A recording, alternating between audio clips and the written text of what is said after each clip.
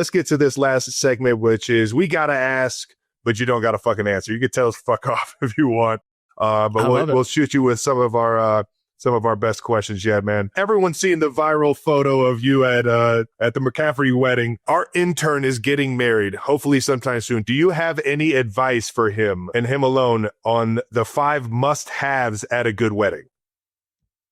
Because it looks like you are a pro at weddings. Number one's me. I mean, let's just be honest. I just want to be clear here.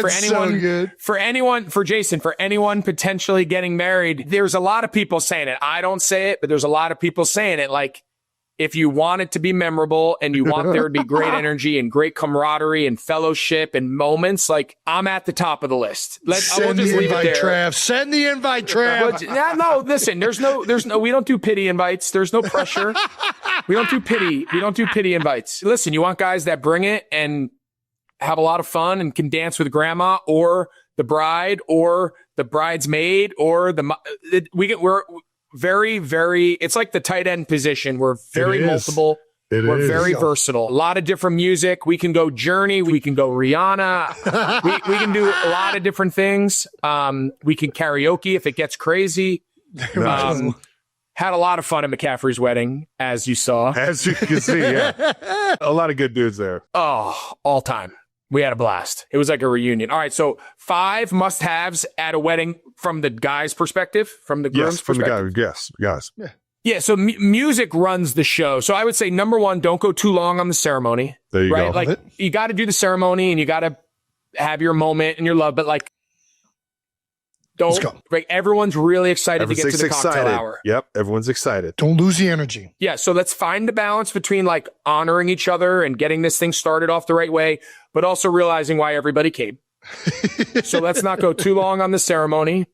Number 2, like cocktail hour's got to be incredible. While bride and groom, while you guys are off taking pictures and doing your thing, like, we need to have great cocktails. We need to have great finger foods. Everyone's hungry, right? I want a little sushi. I want a little shrimp cocktail. Nice. I want like really good little like finger crab cakes. I think cocktail hour really sets the tone. The music, I think you can go either way. I've seen great, like, big bands that can play anything, multiple different singers, and it's awesome. DJs can also work great. Music is critical. You got to keep people out there. You got to keep people engaged on the dance floor. I don't even know how many things I just gave. Was that 3? That's 4. Give us one more. That's 4. All right, so one more. Yeah, and this sounds cheesy, but like, you just got to have your people there, right? Like, you got to have your people that you want to share this moment with, because you're going to wake up the next morning for breakfast and meet your family and friends, and you're going to reminisce. It's like college, right? You wake up after the night before. The best part was talking about the night before and rehashing all the moments and all that. So you want to make sure you have your people there that mean a lot to you, that you want to share hopefully the best day of your life with, and be able to live. Oh, and film it. I regret not filming my wedding. We did a photographer, no videographer. And I regret it. I would love to be able to show my kids, my wife and I's wedding. We only have photos. Big regret. So I'm actually going to move that. Like, besides me, I'm going to move that like way up the list. Way up the list. Get that shit on video. There we go. Take notes, Brandon. All right. Who was the more eccentric quarterback? Jay Cutler or Cam Newton? Oh, wow. That's a great question. So my understanding of what that word, of what like eccentric means, I'd say Cam. Yeah.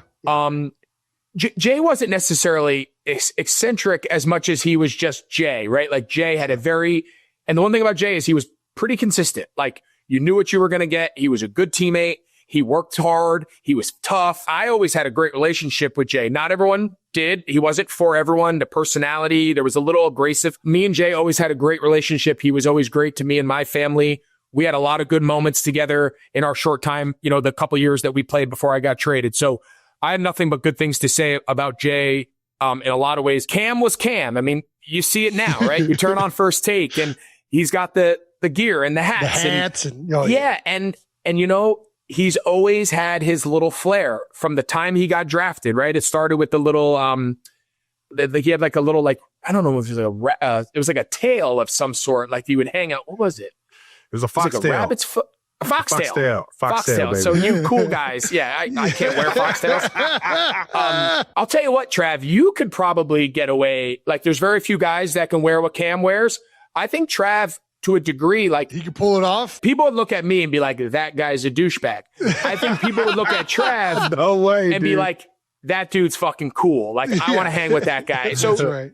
But no, Cam. Dude, if Cam's coming out with a line of the top hats and the suits and the scarf, if he's coming out with a line, I'm fucking getting. I need one of the hats. 50% of that. He shit. should sign Newton hat for Easily. sure. All right, so I actually own like 4. They're called Mashika, free plug, not a part of it. Nice. Okay, Mashika. All right. So Cam bought so many of the hats that he ended up like either buying the company or investing in the company. I don't know the exact specifics. Yeah, so I actually have a few. Some were gifted to me. One at Cam's Super Bowl party years ago in Atlanta. That's dope. Epic. There's a confident element to that. Answer your question, Cam, and I mean that in like the most loving and endearing way, because I've been very consistent in my messaging about Cam's impact on my career and our relationship and friendship. Like, I love Cam for who he is. Yeah. And but he is who he is. Nice. Well, using a former teammate, fill in the blank. People forget that blank was a problem. Oh man. That's a great question, right? Could be college, could be NFL. Man, that's a great. I think back to, in college in the NFL, I think of like a guy like Devin Hester, but I don't think people forgot that he's amazing. You know who I'm going to say? Because I saw him last night, and I think he's a perfect answer for this, is Frank Gore. Nice. I think very good answer. Dog. Will Frank be in the Hall of Fame? Maybe. I don't know. But I'll tell you what. Anyone who's watched football, studied football, knows anything about football, he would be on a very short list of guys that probably has universal respect from every player, teammate, coach who's ever seen him. And I got to spend some time with him last night at the Miami game. And he was a teammate of mine for a couple of years in college. So I'm going to go with Frank because some of the other stars that I've played with, Cam and Luke Kuechly and Steve Smith and Devin Hester and Brian Urlacher and Julius Peppers and these Hall of Fame guys that I played with, I don't know, like people remember them. I don't think people appreciate how amazing Frank was. And so he's my answer. It's a great answer. I will say people definitely don't appreciate how much of a physical freaking specimen Julius Peppers is, though. And his voice. Like this dude, the way, like, Julius Peppers, like it was like, what in the, this like the Predator is just on the field playing a football game right now. Like, this is ridiculous. No, but you know that meme online where like people say like for every like, and they like slowly make the guy's head bigger or like every time I saw Julius Peppers, he grew 3 inches. It was insane. Like, I saw him early in my career when he was in Carolina, and I was like, oh my God, this guy, he's like 6'5", he's a freak. And then I played with him in Chicago, and it felt like he was 6'7". And then I played with him again. He came back to Carolina, and I feel like he was 7 feet tall. Like, every time I saw him, the biggest guy in the world got bigger. Yeah, how is it possible? Insane. He's insane. All right, very important next question. It's Girl Scout cookie season, officially. Oh. Top 3, go. Thin Mint. Love it. Thin Mint. Thin Mint. Just all thin. I'm hammering clean Thin sweep Mints. of Thin Mints. Yeah, I'm hammering. Like, I'm not even opening. I mean, if you give me any of the, what's the like the real pop, the real like famous original one. It's like the cracker, like the white. I know what you're talking about. Box, yeah. I don't know. It's like the traditional, like safe one people would like dip in It's their like the tea. vanilla one. It's the sugar. Yeah, cookie, like yeah. it's like a basically. vanilla cookie. Yeah, whatever Yeah. that is called. I mean, if there's a box there, I'll eat the whole box. I'm not saying I'm too good for it, but I'm picking Thin Mint like 1,000 out of 1,000. Thin Mint is great, but there's something weird. Have you noticed that there's like there's like 2 different Thin Mints depending on which Girl Scout area you're in? Maybe No. I'm too neat. Maybe I'm You're too deep in the deep. weeds. You're I'm too deep in it. the weeds on Girl Scout cookies. There's like an Illuminati apparently of Girl there's Scouts. There's the one Thin Mint that almost has like a softer mint in the middle of it, where it's like a Interesting. but then there's the other one that's like a harder one. I like the hard one. Like, I don't know which one you're on. I don't. To be honest with you, I'm not sure if Can't I even tell know the difference. All right. But all I know is the whole sleeve is gone. Is in your mouth.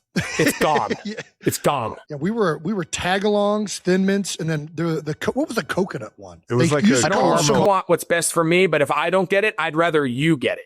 Right. Right. So like there's this weird, so like watching all of that 100%. play out on the world stage that week, like I thought it was awesome, man. And I think the way you guys have handled all of it and your relationship and your families, and you have the second biggest podcast in the family, which is cool. I think is pretty awesome. So no, if I was sick of the Kelces, I wouldn't be sitting here for the last, I don't even know how long. Touche. You're the best. All right. What's the worst game you've ever called? Wow. I've called some clunkers. Oh, man. I'm trying to remember off the top of my head. I called a really bad game this year. What was it? Oh, it was towards the end of the season. Oh, Minnesota. I want to say Minnesota went to Seattle. Oh, yeah. And JJ McCarthy got hurt the week before. So they started the rookie Brosmer. And again, I'm not knocking the kid because a lot of guys have looked bad going to Seattle.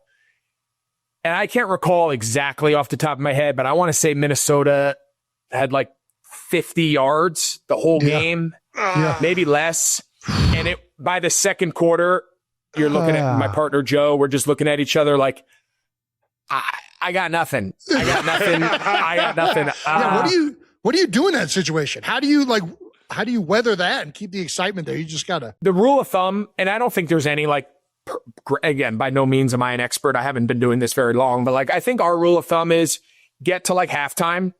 Up till halftime, regardless of what the score is, make it about the game, make it about the teams, make it about the matchup, make it about the personalities and whatever. Second half, when it's 35-6, it's 35-0, and it's over. You start zooming out and you have all these things, you call it like a bucket. Like we got to empty the bucket. We got playoff standings. We've got coach of the year. We've got trends around the league. And you just turn into like a daytime radio show, right? And sometimes it goes really off the rails and you start just talking about complete nonsense. And you kind of black out, you're like Will Ferrell in Old School. And you're like, you don't even know what you just said. We're going streaking. So those games are the toughest. That's like every broadcaster's worst nightmare is when they assign the games and it's like, you got a really good team and a really bad team. You're like, I'd rather call a game with two bad teams because all we want is competitive. Yeah, right. So the games that get multi-score at the end and there's no drama, those are not typically the ones that you want to call. Makes sense. I love it, man.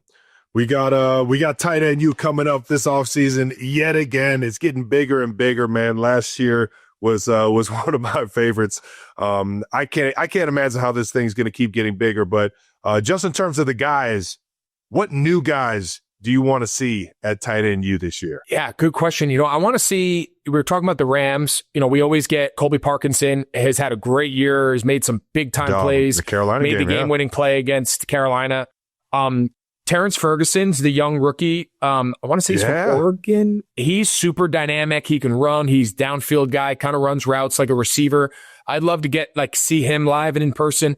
I think, and we can all sit here and say it's because of TEU. It probably is. Let's be honest. Let's be honest. But, everyone heard my speech on Thomas Edison. No, I'm kidding. No, it wasn't even Thomas Edison. I can't even remember what it was. It was inertia. You were doing one of the Newton's laws. Inertia. Yeah, you blacked out. That's the way it should be. You blacked out. But, it's just so cool. And I think that's what's been so cool about TEU, right? And that's what I try to tell all these young guys when I try to encourage them to come. I'm like, guys, when are you ever at the front of the line going to have Travis and George and over the years, Mark Andrews and all these guys that have played for so long. And then at the back of the line, it's like the young, wide-eyed, undrafted free agent rookie who's never even seen an NFL field. And he's just so happy to be there. Like the fact that we have the top of the top guys that haven't even started their journey yet. And for 2.5 days, everyone's in the same bucket. You're all in the same drills. You're all in the same conversations. You're all at the same parties. You're all in the same bar. Like you're all one and the same from a social, from a connection standpoint, from a fellowship, and then obviously from a football and the guys that you're able to pick their brains. And how does Travis warm up? How does George run his routes? What is he like in practice? Like watching guys' body language, watching guys' work ethic. Like it's just so unique. And then you look around the league and I would say the talent is as widespread and as deep as it's ever been. And I think that's so good for the league. It's so good, obviously, selfishly for the position. And the fact that TEU gets to play like a small little role in like elevating the position across the league. I know, you, George, and I, we all take a lot of pride in it. Dude, we love it, man. I think the entire position does. Yeah. Yeah, you guys should. I mean, listen, I give George a lot of crap and like National Tight End Day. I'm tired of made up holidays, but like in all seriousness, like it is crazy to think of what tight ends are in the modern day NFL and how important they are. Like all of the best offenses utilize these tight ends that can be hybrid blockers. They can go out and be a mismatch out at the receiver position. You can spread them out like it. All of the best offensive minds want these guys because they offer so many different things you can do formationally, schematically, mismatching, depending on what personnel the defense throws on the field. And it feels like tight end U has given this position a platform that it never really had before. And I know that was a reason that you guys all started this was, hey, we need to start like coming together for all tight ends. Like we aren't respected enough. We don't earn the money that a lot of these other star positions do. And we should, because we're as valuable as that. How have you seen the position change on the national scale with tight end U? Yeah, so I think tight end U certainly played a part of it. I do think the biggest difference between tight end when I came into the league in 2007 and the way it is now, right? So we're talking almost 20 years. Yeah. I think the biggest difference was tight end was always seen as like the blue collar, the unsung hero, right? There were stars. Jason Witten was a star. Antonio Gates was a star. Gonzalez. Tony Gonzalez was a star. Shannon Sharp, I was like right on the tail end. So there was prominent players, but they weren't the face of the league, right? They were great players and Hall of Fame players, but they weren't the stars. It was a quarterback-driven league. It was a running back-driven league and wide receivers. Yeah. And then there was like a handful of prominent defensive players, right? Brian Urlacher and Troy Polamalu and those guys, right? So you fast forward to now, and again, I'm not just saying this because Travis is on the pod. I'm not just saying it because he's my buddy and George and Gronk. Like the position of tight end over my career started being played by the faces of the league. They weren't just really good players. They were stars. The league was building the brand around these individual guys with Gronk and with Trav and with George. And now instead of it all being all quarterbacks on, the commercial for Sunday Night Football or the commercial for the Fox doubleheader, it was always, who are the two quarterbacks? Plaster them up there. The commercials, the guys we saw, that's very different nowadays. So on top of just having elevated roles on their teams, playing in postseason games, winning Super Bowls, being the best player in the Super Bowl, like having the platform of football to play well at the position, and then just all the stuff that comes around it, the off the field, the elevating. I think all of that is like high tide raises all ships, right? So I think it's been a combination of on and off the field elevation. And, obviously Trav's at the forefront of that. And he has been for years, and Gronk and obviously George. And it's just a different time where it's okay for the tight end to be the star of your team, the star of the league. And it wasn't always like that. But I give all these guys a lot of credit because they're really the tip of that spear. Do you think that that's why we're maybe seeing some more divas at the tight end position than we've ever seen? Is that fair to say? Yeah. Divas, podcast hosts. I think that's part of it for sure. We got a young man cooking over there in Chicago, man. Colson Loveland came out hot in Hard Knocks. If I was these NFL teams, between Colson Loveland, between Aiden Hutchinson, right? Like they should make every guy at the combine do like a stand-up rookie song. Because right now, I was going on that. I was going on that angle. I was going like if you can get up in the room, especially as like a 6'5" white guy, and just crush it and just own the room, you have no choice to be really good. And all the boys are giving you high fives. You're instantly the man. Like there's no greater feeling than walking out of that team meeting where you're like, I just owned that. I mean, if anybody knows, Greg. Oh, I know. You might have started this whole thing. Good and bad.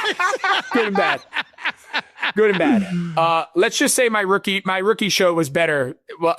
My post-college days were better. Perfect. And my weddings. That's the way it's supposed to be. They're supposed to get better. They got way better. Decision-making improved. We'll leave it at that. I love it. All right. Well, this is we'll move it to our last question for you, G-Reg, man. What was your welcome to the NFL moment? Yeah. So, and it's ironic because I work with him now, indirectly at Fox, but we had a home game my rookie year in 2007. And we had like a critical short yardage. It was like either third or fourth down, short yardage play at Soldier Field. I'm the Y, my hand's in the dirt. We're running, I don't know, power, whatever, inside. And Michael Strahan is playing like I don't know if he was in a 4-point stance, but it felt like he was in like an 8-point stance. And he was playing 6 technique, right? So he was like on my head. The worst. But the worst. And like you go too far inside and he just caves you down. You stay on his outside shoulder and he just presses you back. So I come off hard inside step and I'm like, I'm going to bring everything I got. Everything I got. I'm bringing it.